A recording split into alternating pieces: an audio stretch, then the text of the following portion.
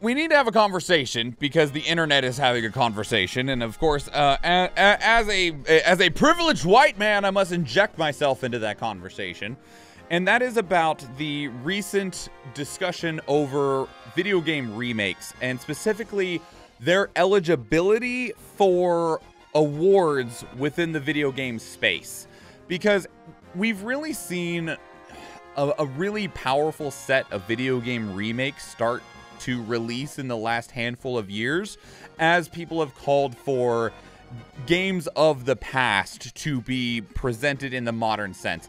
And we've long wanted like ports of older games available on modern systems, and that's not necessarily what we're looking at. Ports are great. We love ports. It's good for video game accessibility, especially if it's on PC and stuff like that, but that's not what we're here for. We're talking about major remakes, because 2023 has seen is seeing a lot of major remakes, some of which are very well received. The first one of which that I'm immediately aware of, at least according to my notes, is the Dead Space remake that released back in January. It was incredibly well received. It's sitting at like, who knows, 82, 89, 92 out of 100 on Metacritic. It's probably massively up there. We also just now got the Resident Evil 4 remake, which is sitting at a 92, I believe, on Metacritic, and it's a remake of what is hailed as one of the greatest games ever made, and is being very, very well received. And then we even have games like Advance Wars 1 and 2 Reboot Camp that are coming up soon as well. I believe this releases in April. We have the System Shock remake that releases at the end of April, at the end of May. Releases in just the next couple of months as well. And these are full-on remakes, but there's also a conversation to be had about really good remasters or really good modern ports, such as Like a Dragon Ishin that also released this year. We also had Metroid Prime Remastered released this year. And while it did update Metroid Prime for use with like modern controls and stuff like that, it is ultimately extremely well received and receiving lots of critical acclaim for, one, being a remake of a game that we already know and love, although it is a remaster more than a remake, but also the quality of life improvements that were added onto it. Risk of Rain Returns is approaching sometime in the near future.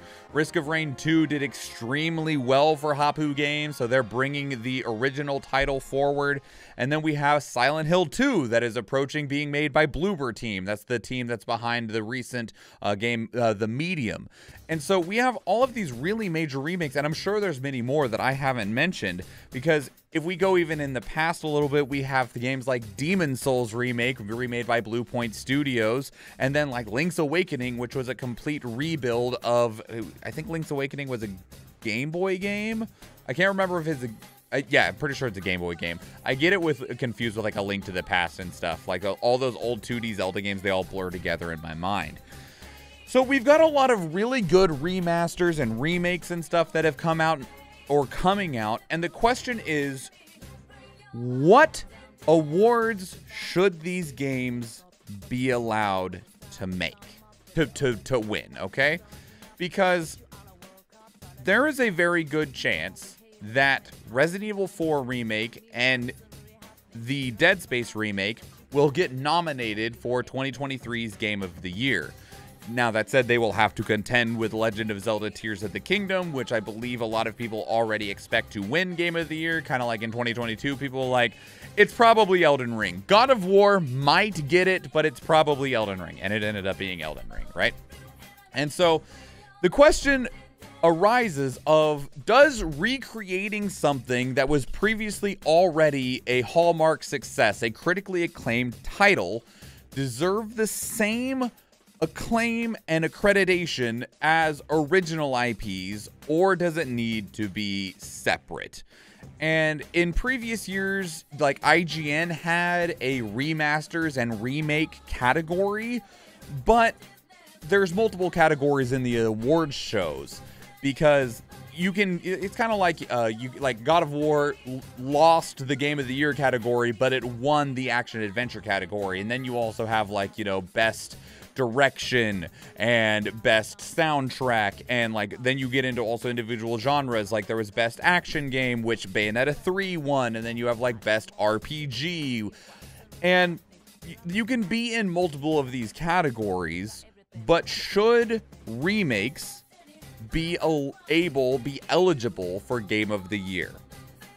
Now, before I share my specific thoughts on it, there's two specific remakes that we need to talk about. The first one is Resident Evil 2, often called one of the best remakes ever. It's really what kind of kicked off Capcom's new resurgence over the last 5 years of just them being a juggernaut. It was kind of, I believe it was the debut of the RE engine that they use in all of their titles today. And Resident Evil 2 Remake was nominated for a ton of stuff. Now remember that a lot of people talk about the Game Awards, but there's other major award shows as well. There's the Golden Joystick Awards, there's the DICE Awards, there's the BAFTA Awards, and all of these are also very prestigious events when it comes to video game accreditations. And so when it came to Resident Evil 2, some of the things that it won Ultimate Game of the Year at the Golden Joystick Awards. It was nominated for Game of the Year in 2019, but it lost to Sekiro: Shadows Die Twice. It was also nominated for Best Game Direction, Best Audio Design, Best Action Adventure Game. At the 23rd Annual DICE Awards, it was nominated for Adventure Game of the Year, Outstanding Achievement in Audio Design, Outstanding Achievement in Art Direction. It was nominated for a lot, and it did actually pick up one Game of the Year award at the Golden Joysticks. It is still heralded heavily as a beloved title. The other one, which Resident Evil 2 was a very, very faithful recreation of Resident Evil 2. Final Fantasy VII Remake being probably one of the largest, most substantial remade games ever at this point, and it was only a small portion of Final Fantasy VII. It also got nominated and won several categories. So it was nominated in the Golden Joystick Awards for PlayStation Game of the Year, Best Visual Design. At the Game Awards 2020, it was also nominated for Game of the Year, did not win. It was nominated for Game Direction, Narrative, Art Direction, Best Score in Music, and Best Role-Playing Game. It won both of those last two. It also won Role-Playing Game of the Year at the 24th Annual DICE Awards. It has been nominated for an absolute pile of stuff. So let's see real quick what other people have already said. So yes, and only if they redo the actual gameplay style, like Final Fantasy VII or Demon Souls personally.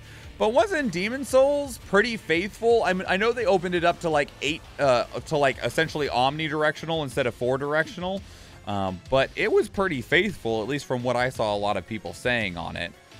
I personally don't like the new take on gameplay for Final Fantasy VII, but I see that it was generally well received. Final Fantasy will always have a debate over its combat systems. I was saying about the quality of the new gameplay, but it was different from the original. Oh, okay. I still disagree that Final Fantasy is a role-playing game.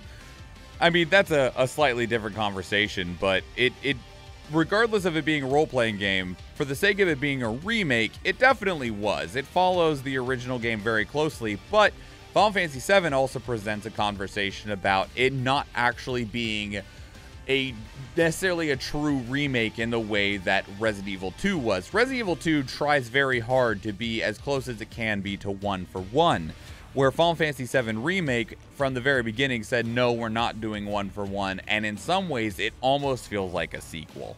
So, but the question also arises from things like DLC, Director's Cuts, and Complete Editions, one of the largest of which is probably going to be Persona 5 Royal. So Persona 5, the base title, released in 2015/2016, depending on where you are in the world, and it won a ton of awards and nominations when it released. All of the Persona titles, well, at least Persona 3, 4, and 5, they have a director's cut where it's still the same game, but there's just a lot more added on to it. Additional, like, dungeons and characters and social links and stuff like that, and sometimes new or an improved mechanics. And Persona 5's was Persona 5 Royal. And it released in 2019/2020, depending on where you were in the world. And Royal was awarded and nominated for its own awards, and it even won some of the awards that it was nominated for. And that is an interesting thing as well, because unlike a remake, Persona 5 Royal isn't even being a remaster, it is just a director's cut. It is just extra being added in. And to take that even farther, you have The Witcher 3 Wild Hunt's DLC, Blood and Wine. which it is just DLC. You cannot play and buy Blood and Wine by itself. You must own the base game. And I'm not even sure if you can load directly into Blood and Wine, but like I said, I don't actually know on that part. However, the DLC for Witcher 3 at the Game Awards in 2016 was nominated for Best Role-Playing Game, and it won the category. It won Best Role-Playing Game at the Game Awards in 2016, and it is DLC. I really don't agree with that, I will say right now. Compared to the conversation about remasters and remakes, it is DLC. It is an expansion pack. I don't believe that that is a standalone title that should be considered alongside original or just even other remakes that exist out there. It is extra content. It's not even a standalone title. But beyond that, again, we have the upcoming Final Fantasy VII Rebirth, which, with the events that took place in Final Fantasy VII Remake, while they are still going to play through a lot of the core storyline to Final Fantasy VII, we know from Remake that they are making some changes. So, unlike Resident Evil 2, where it's pretty darn faithful, Remake and Rebirth, they are using the original game as kind of like outlines. Like, they're taking the plot points of Final Fantasy VII and going, okay, here's our outline, and then we're just going to make a bunch of our own stuff on the sides, and, you know, this path isn't going to be straight from here to here. We're going to go over here and twist and turn it around. So it follows the core story, but it does have some significant changes to the point that it doesn't even feel like a remake, and it instead is kind of like a reimagining. So does that put it in the same category as things like Resident Evil 2 Remake? I'm not sure, but it's an expansion, and much like other expansion, requires the base game. I like the approach that they took with Resident Evil 2 because it opened up the franchise. People have missed out on the original experience and just can't do that with old controls or old graphics anymore. Right, and then they also have, you know, like really high-end remakes. Like they did really, I don't know if it's necessarily a remake or a really high-quality remaster that they did of the first Resident Evil game, which name completely escapes me. And I didn't see that that game really had much accolades accredited towards it. And it's also a difference between like which award ceremony is going through, because there was some award ceremonies that I was looking at, like the nominations, and even in years where they had really good remakes like Resident Evil 2 or Final Fantasy VII, they did not earn a nomination. So where does that sit? Like, you know, maybe those locations have decided that, you know, we're not going to accept those games for these categories because they are remakes and you know, remasters and stuff like that. Like Destiny 2, many of its DLCs are expansions, but are also all their own experiences. Sort of, but you can't just fire those up. You have to have played through the original Destiny. Well, you don't have to have played it to like appreciate them, but you can't just start at the expansion. You have to go through like the onboarding process for the game. I did actually play some Destiny 2, so I can at least attest to that one, of that you can't just load straight into the new content. You will need to like get it, because Destiny is basically an MMO, right? So much like World of Warcraft or Final Fantasy XIV, you can't just jump straight into Dragonflight or jump straight into Endwalker. You have to start up the game and get up to level and stuff. And sometimes the games have catch-up mechanics or ways for you to be able to skip forward in that way, but it isn't necessarily something that you can just say it's its own experience. They largely have their own beginning and end with maybe a thread that connects the expansions to one another, but they often at the same time are their own individual experiences, a story that begins and ends with that specific release. It's like good for them to win an award for the DLC, but also how is the award taken from a complete game? That's definitely how I feel specifically about Blood and Wine, and from what I could find, it definitely is one of the only instances where that happened. And I know that The Witcher 3 is a very beloved title, but that just feels wrong. It's one thing for a consideration to be made for these remasters and remakes. Two others that I'll point out, though, that raise this question even again is The Last of Us Part 1 remake, which This one obviously is one of the more controversial remakes that have come out because they did do a PlayStation 4 remastered version, and this game doesn't feel very old. Mind you, the original title, I believe, released in like 2013, so it was 9 to 10 years between the original release and now, and it was a PlayStation 3 title. And PlayStation 3 versus the remake, they definitely, you can tell just how much of a difference there is. Even comparing the remaster to the remake, they definitely put in a lot of effort to remaking this game. However, there's a rumor that Horizon Zero Dawn is getting a remake, a full remake, not like a touch-up, not like a next-gen port or anything like that where they add in some PlayStation 5 fast loading or anything like that. It is allegedly an entire remake of a game that I believe released in 2017.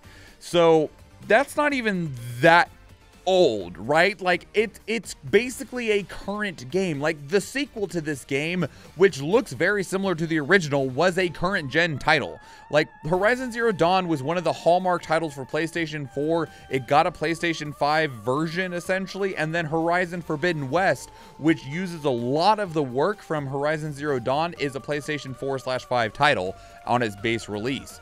We don't actually know if this is necessarily actually a thing, and obviously if we look at like Final Fantasy, Last of Us Part 1, sure, maybe there's something that you're doing to bring this forward, and I do think that with like The Last of Us Part 1, which had a HBO show that was very well received, the remake was more to have a new full-priced, full, like, gorgeous package offering for the people that'll be looking into the game after having watched the show, rather than necessarily the game needing a remake. It was to capitalize off of the release of the show.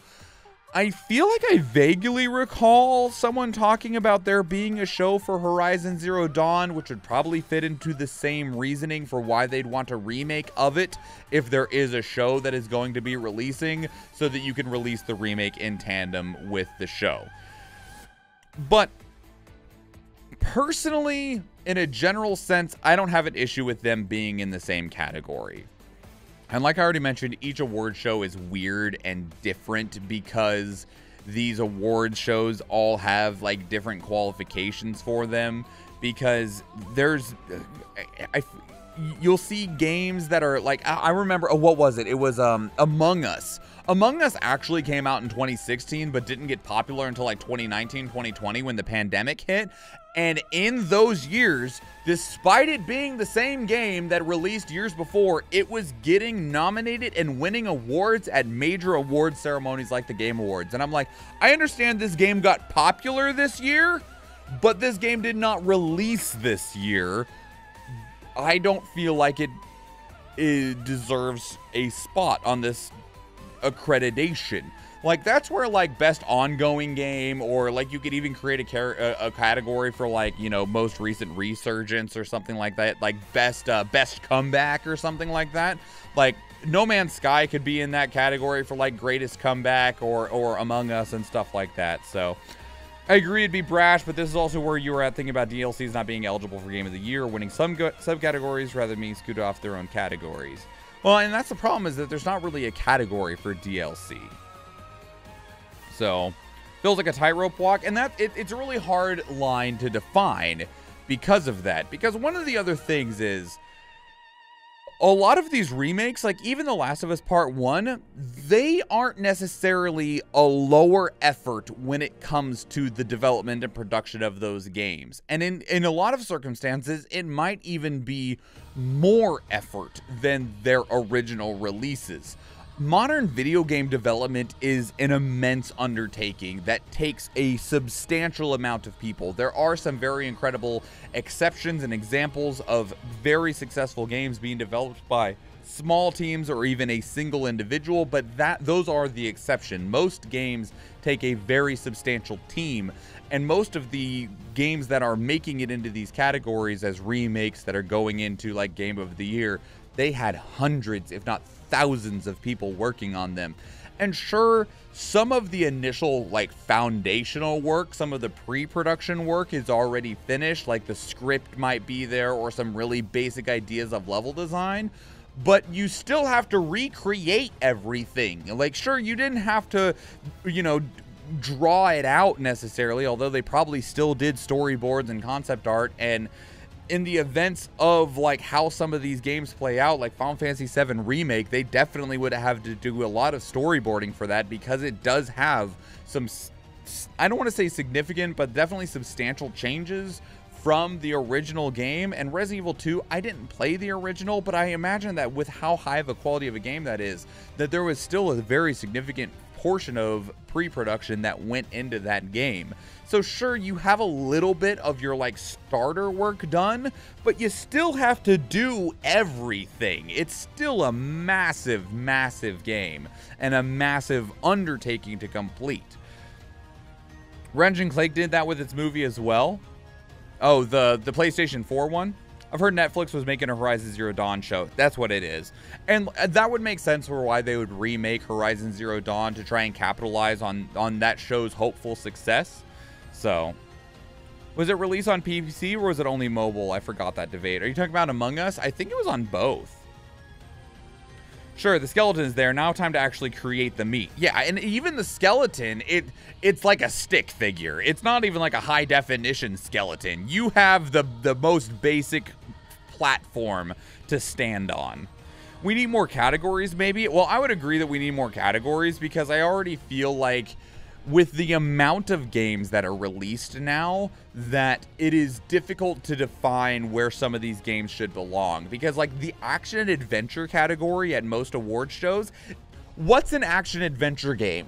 Like, sure, God of War got nominated, and sure, I could call that an action adventure game, but so's Legend of Zelda, you know? And like almost any game that isn't like a puzzle platformer or like a rhythm game or a visual novel could probably be argued to be an action adventure game. Especially because the Game Awards has action adventure and action. And like Bayonetta, I would happily call that an action adventure game. It was not nominated for action adventure. It was nominated for action. And like God of War was nominated in action adventure, but was not nominated for action. And I'm not sure where that line sits. It's kind of like the Oscars, the Academy Awards. Freaking comedy and drama. No, comedy and musical are in the same category.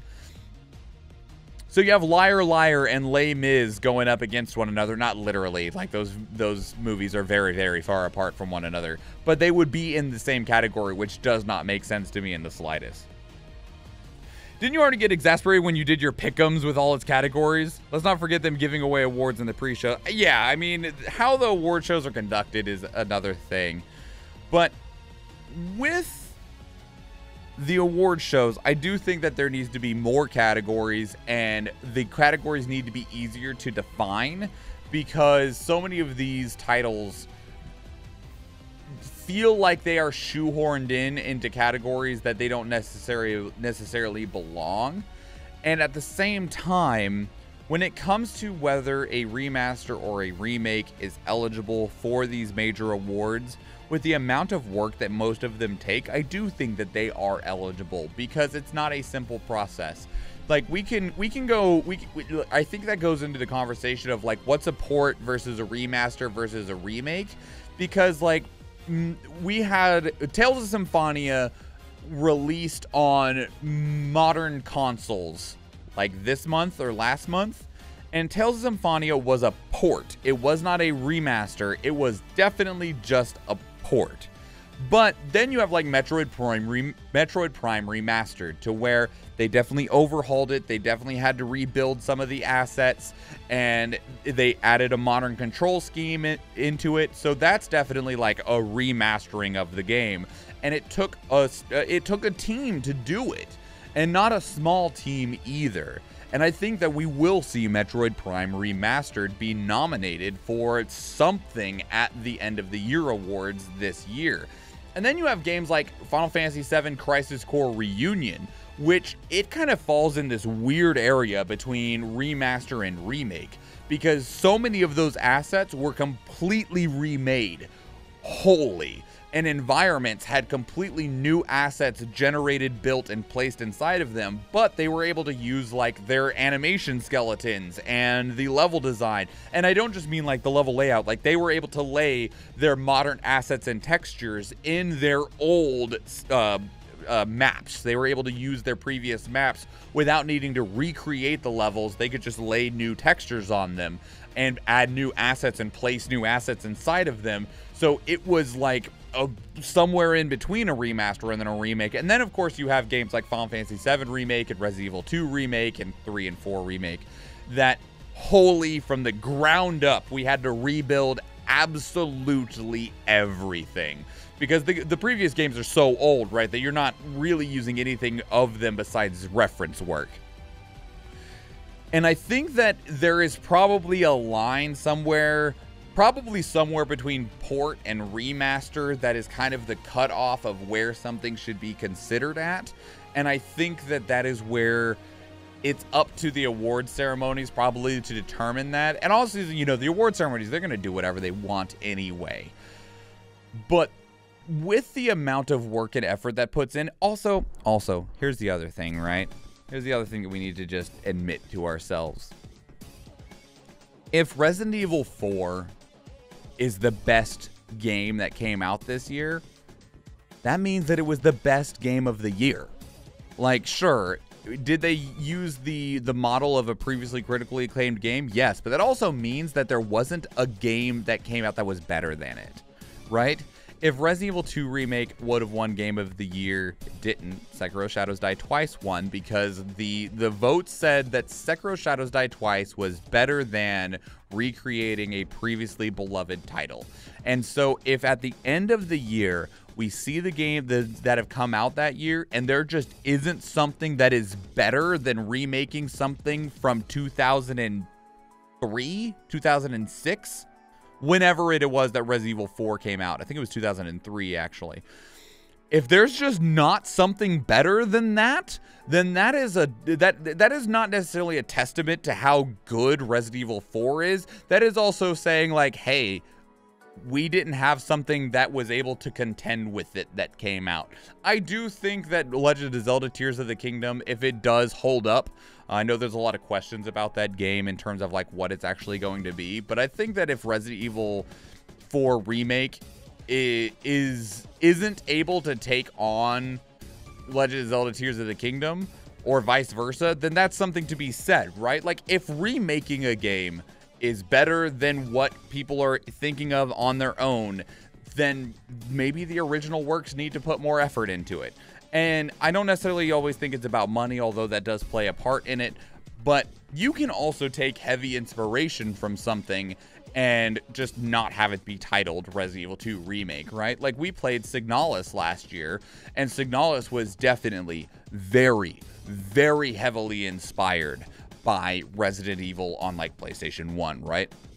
A lot of very similar vibes, tone, mechanics and stuff, and that game was fantastic. And I had it on like some of the best games that I had played that year. And it wasn't called Resident Evil, but I would have believed you if you said that it was. Like, I could have seen where they could have put Resident Evil on there. It wasn't made by Capcom. It was made by an independent studio. But definitely the inspiration was there. And so I think that Signalis was a fantastic experience, an incredible game, and very deserving of a lot of the awards that it won. But there were games that the award ceremonies felt were better than it, so it didn't always win the awards that it was nominated in. It wasn't nominated for some of the categories that I thought it should have been nominated for, but that's where a difference of opinions comes in. I feel like the remakes and remasters of last year set a course. I think that we are in a very interesting position right now of being sold our nostalgia, of being sold our childhoods. With games like Resident Evil 2 through 4 Remake, Final Fantasy VII Remake, there's a very large window right now, a very large window of opportunity for these studios to make remasters and remakes of previously beloved titles, and they are a source of not necessarily guaranteed, but very secure income and revenue. And that's why we're seeing so many of them be brought forward. Also, with modern consoles, a lot of these modern consoles, I say this as the Nintendo 3DS and Wii U shop are being closed, a lot of these modern consoles, it's easier to keep these games alive through the generations. Because PlayStation 5 is fully backwards compatible with PlayStation 4, and I expect that the PlayStation 6 will be able to play PlayStation 4 games because we've reached the point where modern consoles are basically just proprietary computers. PlayStation 3 was not. It had a very specific system inside. The Cell engine was a nightmare to develop for, and every iteration of the consoles back then were during the explosive growth of technology, and everything was wildly different from the console before it because of its capabilities, its power, the way that it rendered graphics on the screen. Whereas the PlayStation 4 is just a computer. The PlayStation 5 is just a computer. The Xbox One, the Xbox Series X is literally a computer with just a proprietary operating system on it. It is made out of computer parts, and it has a dedicated set of software for it. It's not even very specialized. Like when you open up the Xbox Series X, you can just see normal ass computer parts just shoved into the box, okay? So with these consoles operating so much like new computers do, it means that games that are released on these new platforms have a lot longer lifespan because they will be available for the next generation and hopefully the generations after that. And I think when these developers are realizing that their games will have a lot larger chance of immortality, it makes it easier to justify bringing these consoles forward, these games forward, because it means that they will be a source of legacy income as people pick up those legacy games as they go on sale, or a new version of the game comes, a new title in the franchise comes out and people want to see what else is available. So, you know, when Final Fantasy 16 comes out, you will probably see people go and purchase games like Final Fantasy 15, and Final Fantasy 7 Remake, enjoy. That will, because those titles will be available on those platforms, and so you will have an increase in previous game sales due to the interest generated out of the newest game sales. And you haven't always been able to have that because games have been locked on older storefronts and stuff like that. So I think personally, I don't have a problem with them being open in these categories. I do think that if they are worthy of it, games like Dead Space Remake and Resident Evil 4 Remake should absolutely be eligible for Game of the Year against original releases. I mean, and we talked about Legend of Zelda Tears of the Kingdom. While they haven't shown off very much of it, that game looks so much like they have just copy and pasted a ton of stuff from Breath of the Wild and said it's a new thing, and it's a sequel, kind of like Majora's Mask was to Ocarina of Time. But it's like, if you have reused so much of your previous work, should that be taken away from your eligibility as well? And no, I don't think that it should. And because all of this takes a lot of time, energy, and effort to do. But I can also understand where people would have an issue with it. I would like to see more game award categories, including maybe even a remasters and remakes category like IGN has. But then that raises the question of, will we have enough games in the year to be eligible for that category? Like this year, yeah, this year's looking absolutely fantastic, right? Like we already talked about Dead Space, Resident Evil 4, Advance Wars, System Shock, and if you go into remasters, we talked about Like a Dragon Ishin, Metroid Prime Remastered. Risk of Rain Returns and Silent Hill 2 aren't necessarily guaranteed to be out this year, but there's a lot of other remasters and remakes that are on their way. You got like Dragon Quest 3 is supposed to be out sometime soon, maybe, we hope. But it might mean that, like, you know, next year, maybe there's only like 2 major remasters or remakes. I doubt it, though, because I think these companies have learned that there's lots of money to be made in these remasters, remakes, and ports that are available to them. So I think that there's definitely room for a remasters and remakes category to be available at most of these award shows.